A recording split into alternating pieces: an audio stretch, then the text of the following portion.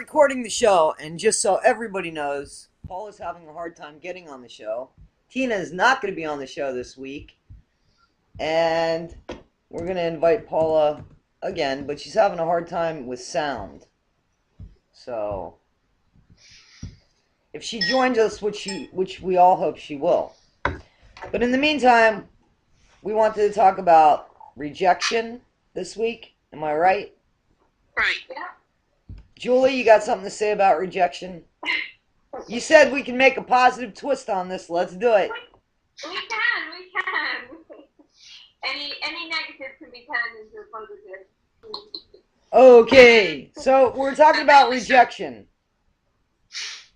Well, earlier this week, I was rejected by an anthology that I submitted a short story to, which I'd worked on for 3 solid weeks in December. And being a writer, rejection is a normal part of my life, so that's perfectly fair enough. But something that I really noticed this time was that I've become actually quite resilient to being rejected. And I realized that the more I get rejected, it's almost like if I deal with it in quite a positive and accepting way, rather than getting upset about it or trying to make a story that I'm not good enough or something, if I just watch my emotions as they arise and let them float by like fluffy clouds in a blue sky, then they dissipate and it makes it much easier. And if I do that every time I get rejected, it seems to ease for the next time. So it's almost like each time I get a rejection, it's like taking medicine for the next time. It's like weatherproofing my mental health. Well, as a writer, I could say I've been rejected a few times. And when I was younger, it definitely got to me, but not to the point that I didn't want to write. And never did I ever think that I wasn't good enough. You know, so I kind of used it as something to motivate me even further. Jenny, you're a writer. I'm sure you've been rejected. Or, you know, what do you do with that rejection? These days it doesn't even faze me anymore. The first time I got rejected for a nonfiction article, I was pretty hurt, pretty devastated, and I I felt bad for a couple of days, ate a lot of ice cream, and then decided that I was going to make them accept me, and I kept sending them more stuff till they took something. And so I think in that way it was good. But then when I started writing, when I started feeling like I was ready to send out my fiction, this was before the internet, so we actually had to use postage, and I was scared to send it out because I was like, well, what if they don't like it? And people used to say back to me, so what if they don't like it? What do you do with your nonfiction articles? And I'd say, well, then I send it out to someone else, or I change it, or I drop it and move on to the next thing, one of the 3. And they were like, so how's your fiction any different? And I was like, because I actually care about my fiction. And they didn't get that. But eventually... It's like your baby, isn't it? You put so much into it and you created it. But for me, I've learned, even though I'm throwing my heart and soul into it and I write all day and I write all night and I'm very passionate about it, that I mustn't become attached to the outcome of getting published. And I must just enjoy it while it's happening. And I'm in that excited, passionate moment. It's a euphoric state, isn't it? I mean, it definitely is a euphoric state, and it's like being in love. And so I enjoy that and not get attached to anything happening afterwards. So not being cynical about it and going, oh, there's no point in submitting it because I'm never going to get accepted anyway. That's not what I'm saying. Just to send it off. I've done what I can do, and then it's in the lap of the agent or whatever, the editors. And if they like it, they like it. And if they don't, then I'll just try somebody else, But what really helped me earlier in the week was actually reaching out to my friends by email, because it was quite late at night when I had this rejection email. And so I just typed a few emails to friends saying, oh, you know, this But is you got to something. remember, we're 5 hours behind. You could always reach us. Thank you. And so I also sent a group email to you guys as well. And I also, and my friends sent back saying, you know, oh, that's a bummer and that kind of thing. And just, you know, keep going, you're a good writer. And also I engaged with a different friend on Facebook about music. And we were just typing to each other about how much we liked music. And I just went to bed that evening feeling so content and connected with all my friends and you guys as well, because I had written in my email, you know, why don't we talk about this on the show? And it's like I turned it into a really positive thing. And then I woke up the next morning and Jenny, who is my writing tutor, in case anybody doesn't know that, and she's brilliant at it, she was saying, you know, it's fine that this has happened, and you can try sending it to somebody else, or you can put together a collection of short stories for yourself. And she said it was really good, and she enjoyed reading it as well. And I realised that the most important thing is having a really good network of people who love me and who I love. And I've always been somebody who doesn't reach out to people and say, you know, can you help me? I've always been like, oh, I'm dealing with things really well. I've got it all together. I'm perfectly fine. But I'm realising now that just reaching out to people is so beautiful, and that's what makes me happy. And so it doesn't matter what else happens, really, because I've got this wonderful foundation of love. Oh, that is very positive, isn't it? Makes me want to melt. Okay. Did it bring a tear to your eye? It didn't, but, you know, I'm glad that you were appreciated, and that you felt appreciated, because, you know, that's the biggest thing, isn't it, when you're writing, is that you want somebody to get at least 10% of everything you felt when you were writing it. Yeah. You know, if they get 10%, that's pretty euphoric as it is. But I wanted to tell you that you guys know that I went to a concert this week, and I thought of you, Julie, because I told you this band reminds me a lot of Bob Dylan.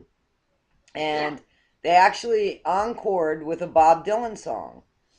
And oh, which one? you know, I tried to remember the name. I would have to look it up, but it was one of the famous ones. But you know, Bob Dylan kind of names his song some weird stuff. I'm not trying to put Bob down. I'm not. I was born on his birthday, so Awesome. I'm not trying to put down Bob. Yeah, like it takes a lot to laugh. It takes a train to cry, for example. It's a weird one. From a Buick 6. I just know how much you love Mr. Dylan. I know. I know. So I'm gonna tell you the name of the song. I'm looking it up. Subterranean Homesick Blues. Oh, that's such a great song. John's in the basement. Yep. Now I'm on the streets and thinking about the dust and man in the trench coat, back down the radar. Just got a bad cop, once again, paid off. Very good. Anyway, again, Paula tried to get on the show. We tried to get her on the show, but something was up with her computer. And Tina asked to be out of it this week because she's such a fucking football fan. I know that's what's going on with my Aunt Tina. But anyway, that's cool. That's cool. It is Super Bowl Sunday this week, Julie. Do you know what Super Bowl Sunday is? Let me explain what it is. And I think people are pretty happy in the area that Jenny's from, because she's not too far from Baltimore. And the Baltimore Ravens football, not like soccer, American football, and the San Francisco 49ers are going head to head in New Orleans for the big game. And like the final. It is the best. That's going to be the best football club this year. Will be the winning team. And it's also very iconic. We have a very iconic halftime show. I believe Beyonce is going to be on this year. I think it's Beyonce. And the commercials are phenomenal. They're very expensive, but if I don't watch it for the game, I love watching it for the commercials. But that's true. The adverts, they're like Yeah, I 30 know what seconds. commercials are. Okay, well, you're looking at me like I'm growing an extra head. I But, don't know why you would want to watch adverts, though. well, I I'm going to let Jenny explain it to you. Jenny. Okay. Well, I've actually never seen a Super Bowl in my life personally, but from what I understand from people who are stupid enough to waste their lives watching football, no editorialism whatsoever, the ads on Super Bowl during the Super Bowl are just really amazing. Either they're hilariously funny usually, or they've put on some really big show in some way. Anyway. Yeah, it's either high budget or very, very clever. But Are they like cinema adverts? Like, when you go to the cinema? Well, no, they're not trailers for movies. They're like Budweiser, Doritos. yeah, but the adverts at the cinema here. We don't have those kind of adverts in our cinema. Really? No, we figure you paid for the movie, so you don't get bombarded. We only get trailers in our cinema. Wow, you're so lucky. We want about half an hour's worth of just crap. I would be a half an hour late every time I went to the movies there. Yeah, exactly. That's it. Just mix them out. Yeah. Wow. But yeah, they're really good commercials, and let me just say this, Jenny, you and I are gonna have a problem because I don't waste my time watching football. However, I'm a Dolphin fan, and if the Dolphins were any good, I would be watching them not just because I love football, but I grew up thinking I was going to be if the first female football player. That's how much I loved football. And the Dolphins, right where I lived, my dad had season tickets, and it was for the season that they won every single game, including the Super Bowl. So it's also for nostalgic reasons. But I mean, I don't care who wins the Super Bowl. I have a $1 bet on San Francisco. But the advertisements are really genius. I have to give them credit. And I studied advertising and marketing as well. So, I mean, I just have to give a lot of credit to some of them really thinking outside the box. And, I like the cleverer ones more than I like the ones with the effects. So, anyway. We have female American football now? I'm sorry, do we have female American football? No. Yeah. Okay. I think go ahead, Jenny. I was going to say, Lisa was born a little too early to be the first female football player. So if you don't have it now, then...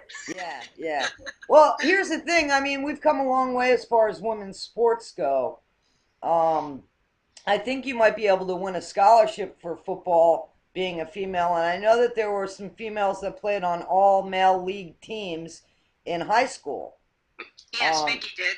And that was a big deal at the time. I missed out on that as well. But I sustained an injury when I was younger. My brother tackled me after I got the touchdown, and he was very slow getting off of me, so I jerked my leg from under him, and I dislocated my own hip. Ow. Left me in a body cast for about 3 months. I know what we were talking about this week. Julie came up with not only us talking about rejection, but also about the fact that the island of Lesbos wants to have their name changed, or the people that live there, I should say, the natives. So Julie, no, they don't want to have their name changed. They want lesbians, as in the sexual orientation, to stop using the word lesbian. I never called myself a lesbian. Society did it. Well, yes, but some people do. Yeah. And society calls it. I'm a queer. And they're going to sue the gay community? Yeah, yes. Stop them from...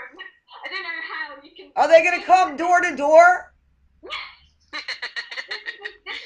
You can have your fucking name. I don't like it. I never liked lesbian, I really just never liked the word. You do? Jenny, I like that word. Yes, I've it's a never very liked good the word. word lesbian.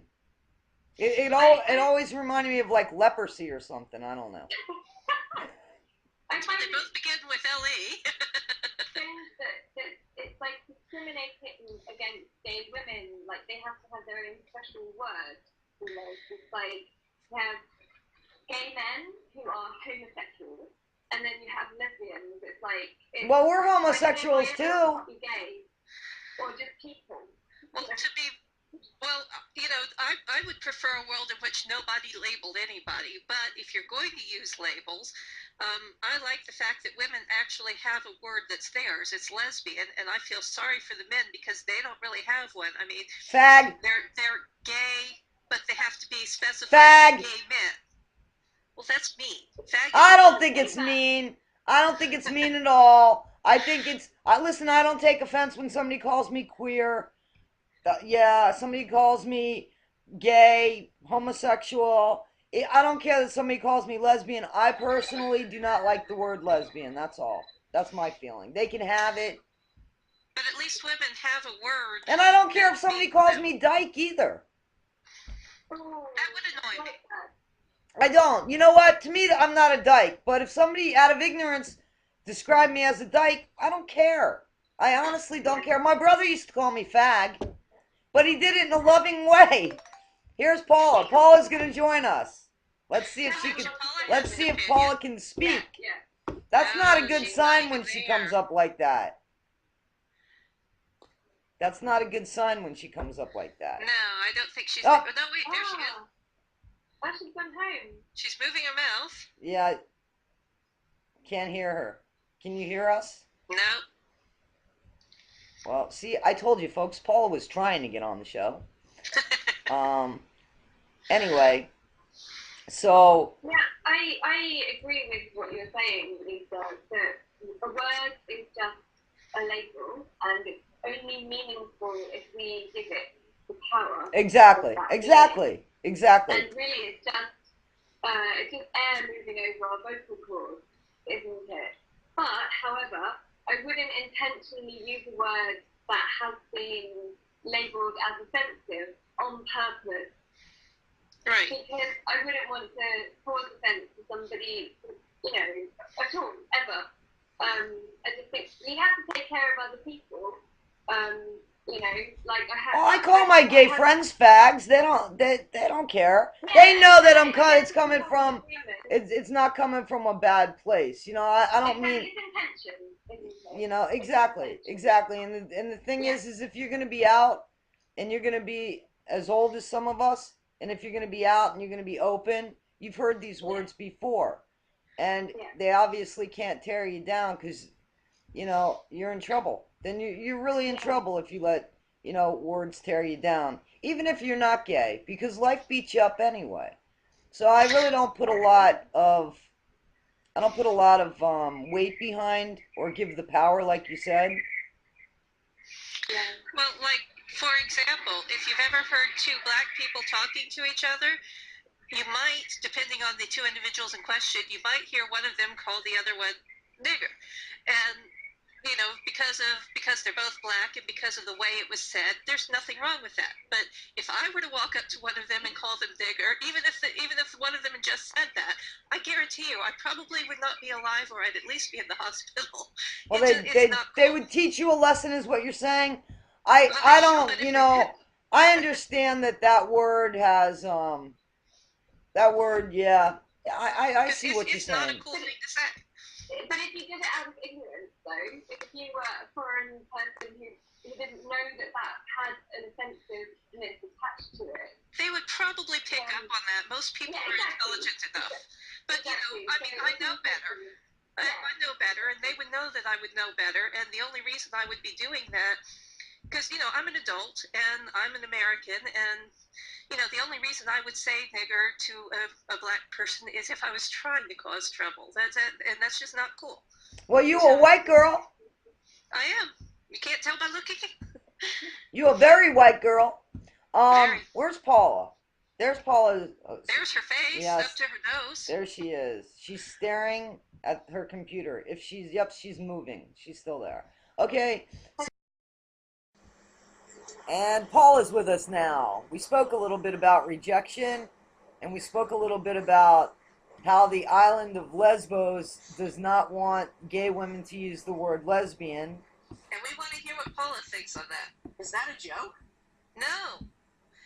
Okay. Let me recap real quick. Okay, please, Jen.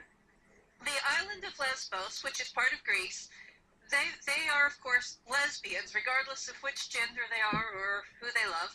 They're lesbians because they're from Lesbos. That's true. And they have decided in recent years that lesbians, as in females who like women, they're appropriating the term lesbian, and they no longer appreciate it, so they're going to sue the gay community to make them stop. There you go, Paula. Interesting. I asked if they were going to go door to door. I've always hated the word lesbian, so I agree with you. We're stopping the use of it. It sounds like a disease. I don't know. Oh my God, did you discuss this before? You know, I don't know. We might have discussed it over the course of 30 years, but it wasn't anything that we decided we'd name together or anything. Well, but here's the thing, guys. I don't like labels, so I don't even like calling myself gay. You know what I mean? I think we all I think we all as a world need to get beyond labels and just think we're people, not I'm gay Paula, neurotic Paula, Jewish Paula, pain in the ass Paula. I'm just Paula. That's it. And you have all those attributes. I sure do. As we all do. As we all do. So I think sometimes it's necessary that you need to give certain information to certain people. For example, about your sexuality in a very specific situation, but that's not to say, But that's not to say that when you're making a cup of tea, you're thinking, or I'm thinking, oh, I like men, and some people like. I'm drinking my gay cup of tea. Yeah, exactly. You're just a person. So let me ask you guys this: does that mean if we all take a vacation to the island of Lesbos, I can hit on every woman because they're technically lesbians? That's right. Yes, you can. You know what they say about Greek women, Paula?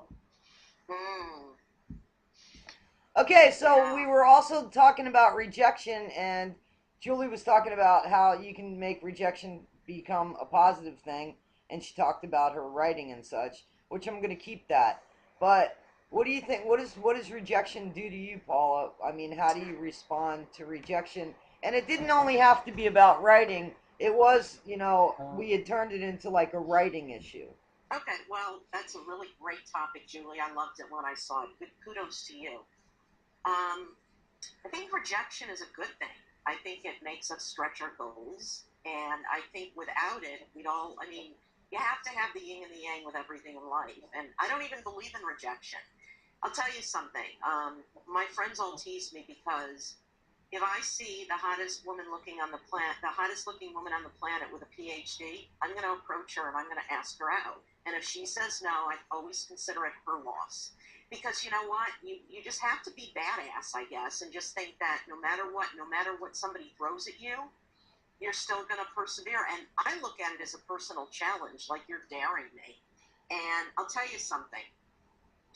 I'll never forget my father used to tell me that. I think it was Clark Gable was rejected about 40 different times when he was told he'd never make it, he was ugly, his Adam's apple was too big. Can you imagine if one of those rejections sent him running for the hills? I mean, all the big stars, when you think about it, they told Madonna when she started, they told her how untalented she was. And you know what? Honestly, as a songwriter, Madonna doesn't have a very good voice, and she's not a very good songwriter. But she's a great performer. And can you imagine had Madonna taken that rejection? You just can't do it. It's the same with every film you watch, every book you read. It's being rejected probably hundreds of times before it actually gets into your.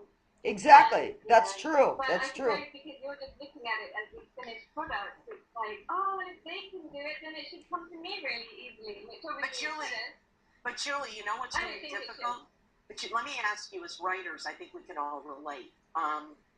When somebody rejects our writing, it hurts ever so much because that's our soul. Am I right? I take it like as a songwriter, if somebody, believe me, I've cringed when I was younger. I mean, you have to develop a thick skin, but if somebody didn't love my songs, I'll tell you something. You guys have heard of the band Matchbox 20, I'm sure, right? Right. All right, I went to high school with the guitarist, and we were casual friends. Well, many years ago, we reconnected, and I gave him some of my songs. He listened to the songs, and he told me that, quote unquote, if I strapped 20 camels to my back and walked up a mountain, I'd have more chance of getting up there than making my music. Ow. Yeah, it hurt. But you know what I did? I took a photocopy of his picture and I kept it taped to my wall and on my desk at work with the quote, because I made that my personal goal to when I make it, I'm going to share that story on David Letterman. And would you believe, a year later, I got signed to the ex-president of EMI Records, one of the biggest record labels in the country, with the same songs that this guy insulted. So, I mean, nothing really happened with it, but the point is, you know what, everything is relative, and somebody can hate one of your writings, and that could be the next Pulitzer. Yeah. And also I have come to realize that I am not my writing. There's a very big difference between my sense of self and my sense of worth. Well, let me ask you a question. I want to ask you a question because I've often felt this as a screenwriter. When I'm writing something and I'm totally into it, as we spoke about, that euphoric state that keeps us breathing, keeps us sane, keeps a writer sane, is knowing that at least 4 times a year we're going to have that and be able to work on it, you know? So, but I've always felt like when I was writing the screenplay that it was a character of itself. The screenplay itself was a character. Do you feel that way when you're writing something, Julie? Yeah, definitely. It's alive with me when I'm awake. My characters are with me all the time, and I don't care if that makes me sound like I'm some kind of mental schizophrenic or something. Well, I wrote a quote that a writer is a person that can take several different characters and scenarios and tell the story and have them all running around their mind and tell a sane story. I have a quote that is actually better than what I just... But it says that, you know, because it is true. These characters run around in your head and you're listening to their voices, seeing their personalities, and then you put together something that isn't insane. Yeah. You know? And it's a story. You know, you've told a story that you hope people will have some emotion to upon seeing it, right? Because you want to leave an impression with your words. Am I right? I mean, that's why I write. That's one of the reasons why I write. You know, Yes. I mean, I write for me differently than I write. For me, I write because it makes me high. It makes me happy. It inspires me. That's my gift. If somebody gets something from it, then that's their gift. You know? Yeah. So, I mean, that's how I write. That's my attitude. I agree. When I'm initially writing something, I'm writing it to myself. Because otherwise, if I'm thinking about sending stuff to agents when I'm just in the beginning, then it just completely blocks my creativity. Because immediately I'm like, well, it's just going to get rejected. Why am I bothering? You know. So I just have to write it for my own pleasure. Exactly, because if you don't write for you, you might as well not be writing. Yeah, exactly, and I just enjoy the journey.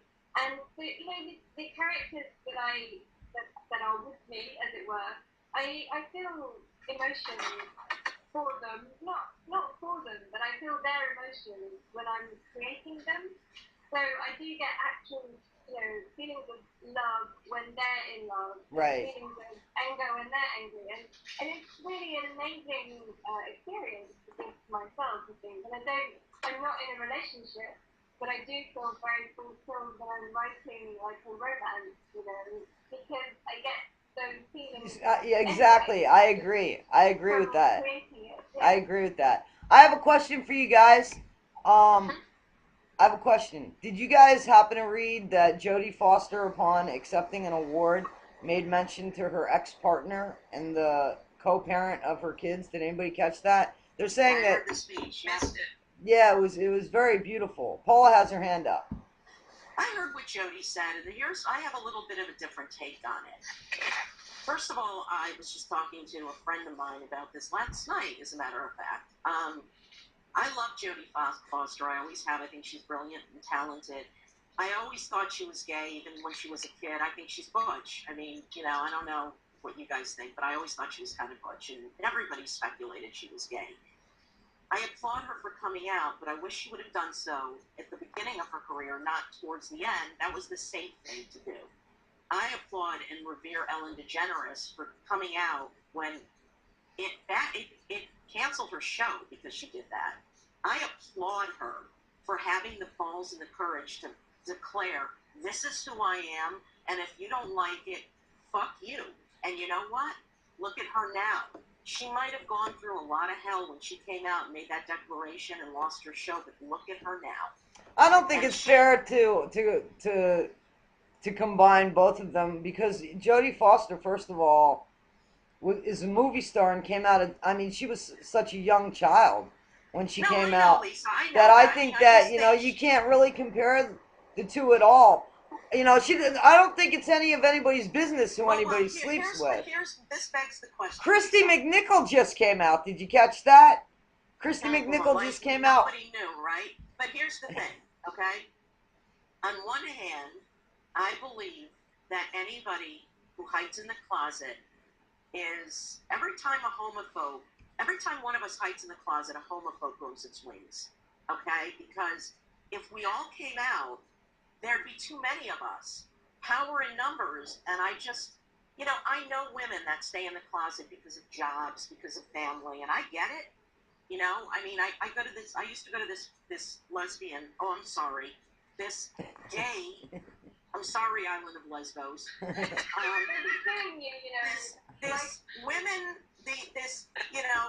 Women with female genitalia liking other women with female genitalia meeting. And there's this woman who would go, that was very successful in the business world, very wealthy, and she would always say how she was in the closet because she was a business owner, and it would hurt her business if she came out.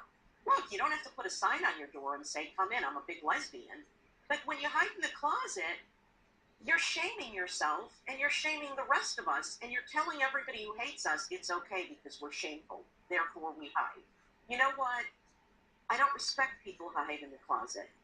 I've never hidden in the closet, and it's affected my career, and I won't hide, because I'm not ashamed of who I am, and I'm not going to let you make me feel ashamed, because when I hide in the closet, I'm telling my homophobic family it's okay because I'm ashamed. I'm telling my homophobic friends it's okay because I'm ashamed. And until we all come out and declare proudly that we're proud of who we are, things aren't going to change. And you know what? I don't like the people that hide in the closet that wait for us to fight for their rights, and then they're going to enjoy the spoils. It's not fair. Well, here's my thing. I've never hid in the closet, but I've never openly worn who I sleep with on my arm. I've never incorporated it into my... I pin something on my sleeve that has all the lists of my exes and who I've ever slept with. I don't let it define me in a sense, but I think if somebody were to ask me if I'm I mean, I've never really had somebody approach me and ask me. I've had people, I guess, ask if I was gay. Last week, actually, somebody asked a friend of mine, and But Lisa, if they look at me and you, I think they're gonna... They asked. I heard that they asked. Come on, we don't exactly look too femme there. I heard that they asked. The point is that I don't know. I guess I've never had somebody really come up and ask me. And if they asked, I guess I would tell them. But my question more would be why? You know, why? I guess it's kind of what we were talking about earlier, that you don't have to make it define you. You know, like when you're making a cup of tea, you're not going, I'm a gay woman and I'm making a cup of tea. You're going to give Paula a song. Yeah, I'm going to write you that song. I love that, Julie. The tea-toting lesbian, Paula. But at the same time, I guess, you have to decide whether you want to bang a drum and go and tell everybody, hey, I'm gay or whatever, which obviously you don't want to do that either. So I suppose it's a balance, isn't it? And if somebody asks you, then you don't say no and be ashamed. You just say, well, actually, I like men or I like women or whatever. Yeah, I don't think that it should matter at a job because I think that, you should stay as professional. Though, here's Well, the here's thing, the I other have been involved with people at a job. Um, that's just the way it happened. But if I was straight, the same thing could have happened.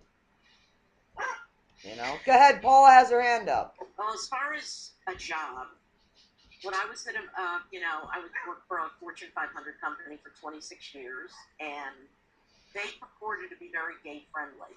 And I think, as a company, they are, but you always have those morons that work in the company that have their, own biases and own beliefs. Well, I was never, I agree with Julie. I would never just, come in draped in a rainbow flag screaming, with a dildo hanging off my neck. That's not, okay, that's not, when I say out, that's not what I'm talking about. I'm talking about, I go to work, and my philosophy is, so people at work should not know your personal business, period. Okay, you should go in and be professional and have professional relationships. With that said, the company I worked with had like a gay, they had a lot of diversity committees, and they asked me to chair the gay diversity committee because there were no females on it. So I was apprehensive at first because I was a little afraid that, that would out me. But you know what? I couldn't be a hypocrite, so I did share it. And I'll tell you something. Wow, did I go through a lot of homophobia over there, a lot of hate because of it.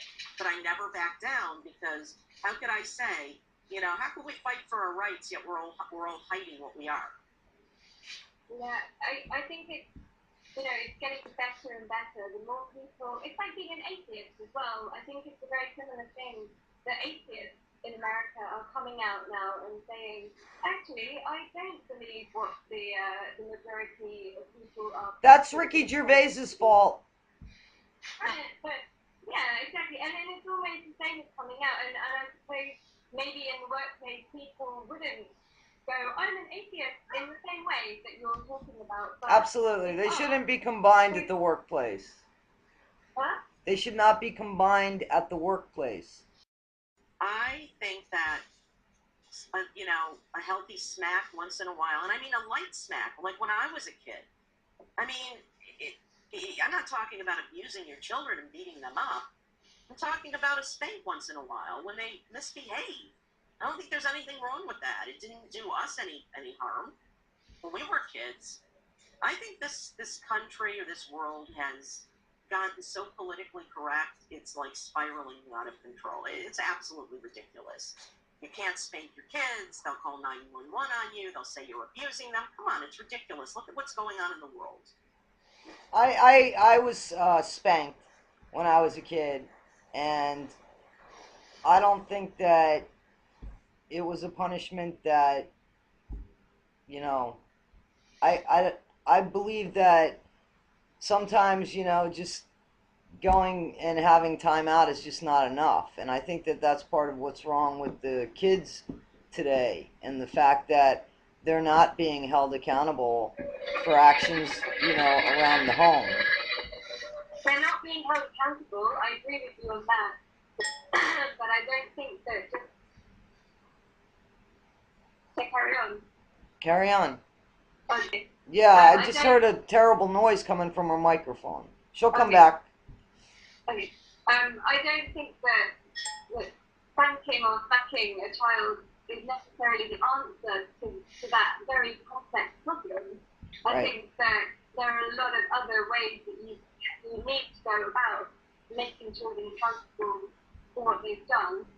And smacking children seems to be a very quick fix thing for busy parents who don't have the time maybe to sit down and talk to their kids. And I was never smacked as a child, and I'm sure I wasn't the perfect child at all. And it ain't over yet, though. I know that's true. I might turn into a psychopath. You never know. That's right. No, I think I'm a very respectful person, and I'm kind, and those kinds of things that make a good human being. And my mum just used to sit down and talk to me about things in a gentle way, but a firm way that got the message across. And if it didn't get the message across, then, oh my God, if she ever gave me any indication that she was upset with me, really upset with me, that was devastating to me. That was enough for me to Right, feel to so disappoint your terrible parents. Right, about absolutely. what upset her. Right. But she took the time, and invested in me, makes me the wonderful person I am. Well, that's debatable. We haven't decided upon that yet. I decided I'm my own greatest fan. That's very important that you're a legend in your own mind. I've been hanging around with you too long. Long enough. I hear you. Go ahead. Jenny has her hand up. Okay, so my mom had two very different children. Obviously, one of them was me, and she never spanked me ever. And she says she could have had 20 of me and never had a problem until I turned 18, and then I suddenly became a nightmare. But that's fine by me. But then my brother, on the other hand, she spanked him one time that I remember. I think she might have spanked him at other times, but I don't remember that. But there's one time I remember she spanked him, and I thought he deserved it. And I think that, if the same thing happened, if I had kids, and if the same thing happened, I would do the same. And what happened was my dad had made me a stool back before, he left. He made me this little stool, and I had it in my room. It was one of my treasured possessions, and my brother and I were having an argument, and I believe, if I remember correctly, the argument was about whether or not he was allowed to burst into my room and yell at me, and I don't remember why he was yelling at me, but the argument was about whether he was allowed to do that, and his response was to pick up the stool and break it with my face, and my mom beat him. I understand spanking somebody over that for sure. Paula had her hand up, but I agree that, I think that yeah. Well, how would you punish your kids for that? There are so many other people who are looking after your children these days. Both parents work, and a lot of children spend a lot of time in daycare, as I think we call it, and so. Are they allowed to also punish your children? Well, I got spanked when I was in junior high school by the principal or the dean. Well, that's definitely not okay. I would not want my children being touched in any way by anybody else. I think that's definitely wrong. So what gives the parents the right then to do it? That's the way I do it anyway. It's just breeding violence. It's teaching, look, you can solve problems by violence. And I would say that's probably contributing to a lot of the problems in the world today. As far as us Americans go, anyway. Yeah. Paula, you got anything to say? I don't think spanking somebody on the butt is violent. I think that when we were kids, Lisa, I don't know about you, but I got a spanking here and there, and I don't know. I don't think there's anything wrong with it.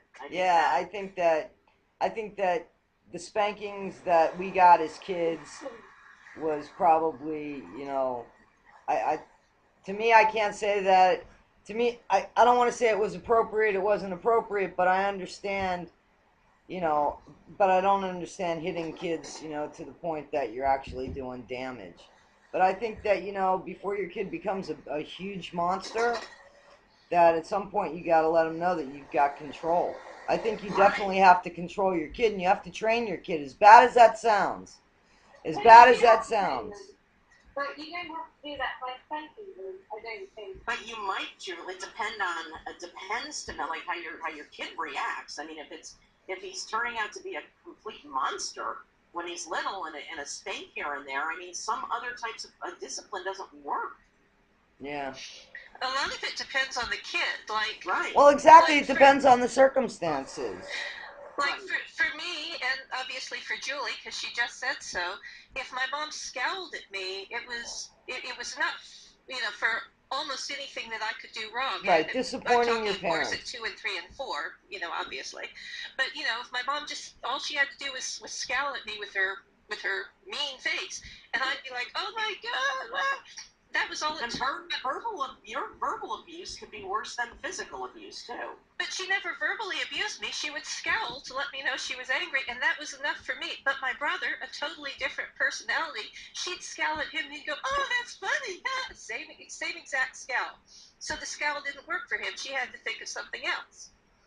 And I have no recollection what she figured out worked for him, because I was a kid myself. But I do remember that the scowl didn't work because he thought it was hilarious, and I couldn't understand that. So, I mean, it's all about personality. You have to adjust your parenting style to the kid.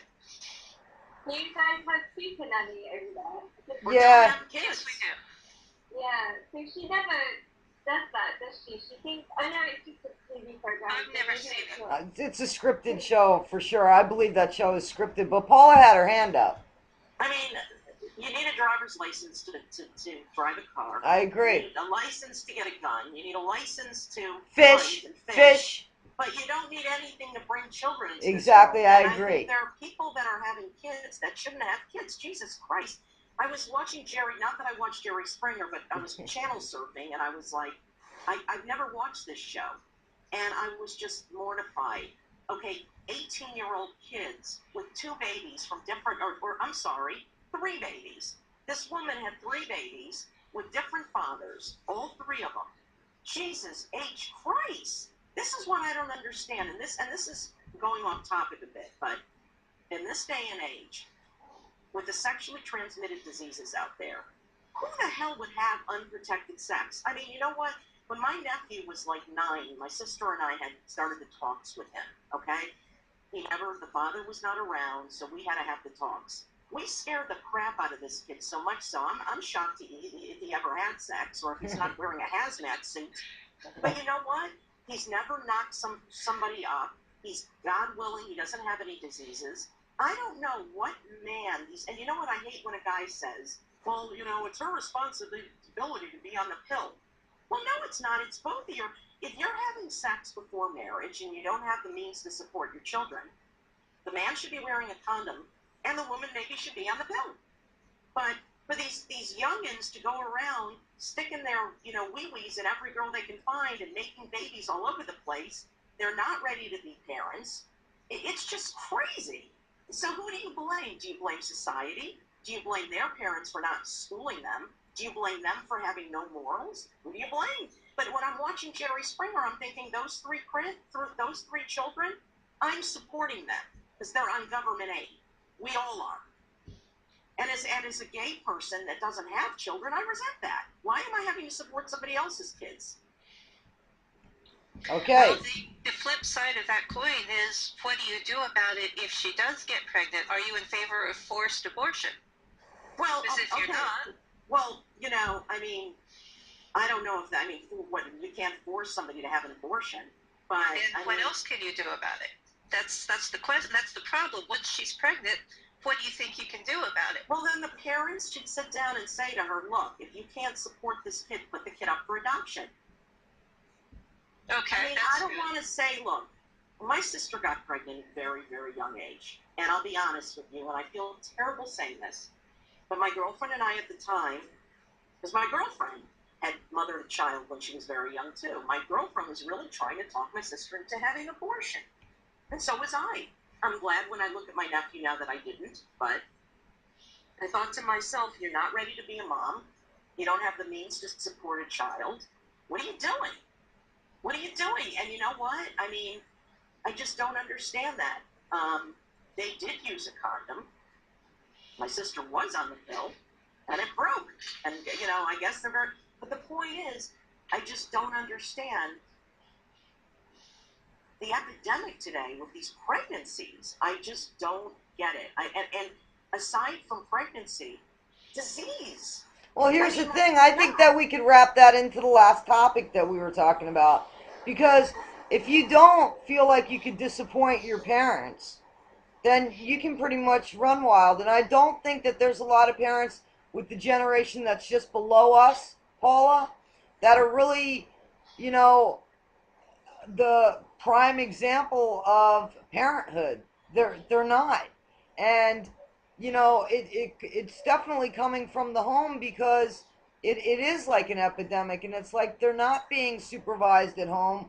They're not afraid to come home and say, even at 13 years old, that they're pregnant. So, I mean, there's almost like they don't care if they disappoint their parents. And what Julie and Jenny were saying is, when they disappoint their parents, they feel it. It makes they don't need to So be let me ask spanked. you a question. Do you think that a lot of these kids that, end up getting pregnant like very young age, the boys or the girls, do you think that they even view coming home and telling their parents they're pregnant, that it would even be a disappointment, or do you think they just don't care?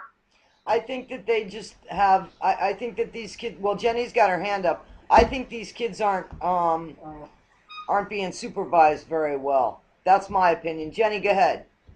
I can give you two people, both of whom are now adults, but both of these stories happened when they were teens.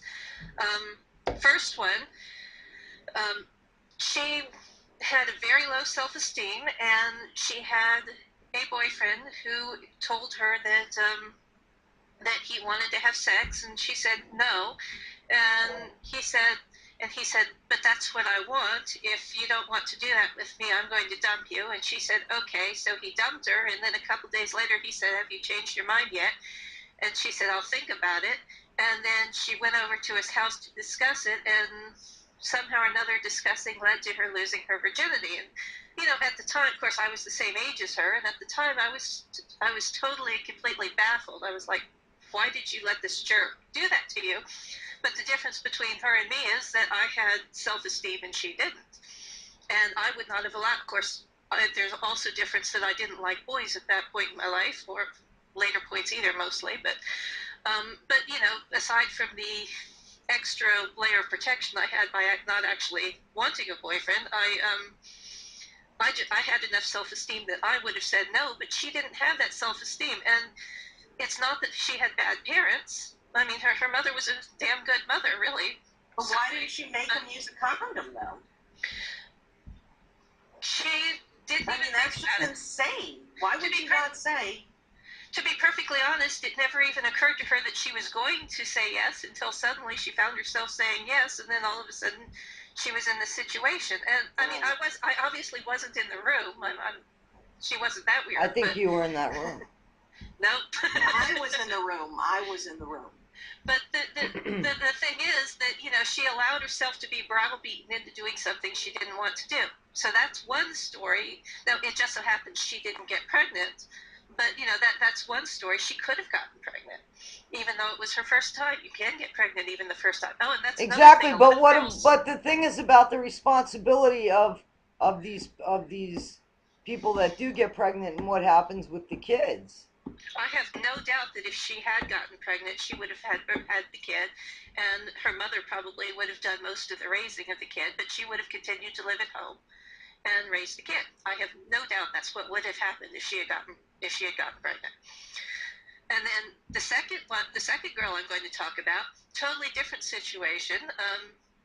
She was sexually active, significantly older than the first girl at this point. She'd already had sex several times. And she got the idea that it would be a wonderful thing to be a mother. And she went out and decided to get pregnant on purpose. And now, she obviously did not tell her parents. She actually only had a father. But she did not tell her father because she knew exactly what he would say, and it would not have been nice. But she decided that she was going to go get pregnant, and then he's Catholic, so she figured once she had successfully gotten pregnant, there was nothing he could say or do because he's Catholic. And so she went out and she looked for the right guy, and she kept thinking she found him. She'd have a few sexual encounters, and the guys would get tired of her, or they'd figure out that she was trying to get pregnant, or they'd refuse, or they'd actually insist on using a condom themselves, or whatever. Good for them. Yeah, different guys, different responses. But, at some point, she finally not only found a guy who was either willing to father a baby or too stupid to realize that's what she was doing, and who stuck with her long enough to successfully get her pregnant. And that kid is now a teenager himself. But she was still a teenager when she had it. but that's what she wanted. So now you can argue that that was a stupid thing to do, but how can you tell the kid? Yeah, but Jenny, let me ask you, did she live off government aid? I am not aware of, I mean, she was living with her father. I know that. I don't know. I do not know. It wasn't my business whether she got on government aid. You know, I was just, at that point, I was a full-fledged adult. I was someone in the neighborhood. She came, she talked to me a couple times about her plans. I tried to tell her that these were not smart ideas. She decided that I was against her. She quit talking to me. Jenny, let me ask you. Let me ask you a question. Right, but let me ask you a question. Okay, and I don't know about you guys, but who on this planet would have sex with somebody without getting tested first? It's insane. Quite a few people. I know, but it's insane. Mostly the young. The older you are, the smarter you get. But you know, quite a few young people, they don't have sex at all for moral reasons, or they do have sex and they don't think about it. You very seldom find a young person who thinks, "Oh, I should get tested first." That's right. Something that doesn't happen. That's a sort of maturity that doesn't happen until you're in your 20s. And I don't know why. Maybe you can teach it. But this is what I don't understand with lesbians. They don't think there's any diseases, so they don't get tested. And then, but the thing is, it's a misnomer. But with guys, all they have to do is get a $1 condom, $2 condom, and rack the wanker. Prevents them from a disease and prevents them from knocking somebody up. I don't understand in this day and age with the diseases why somebody would have promiscuous sex. I don't get it. Well, I'm not commenting on it because I don't have promiscuous sex. Alright, well, let me get a goodbye from everybody. See you next week on Informants. Goodbye. Bye.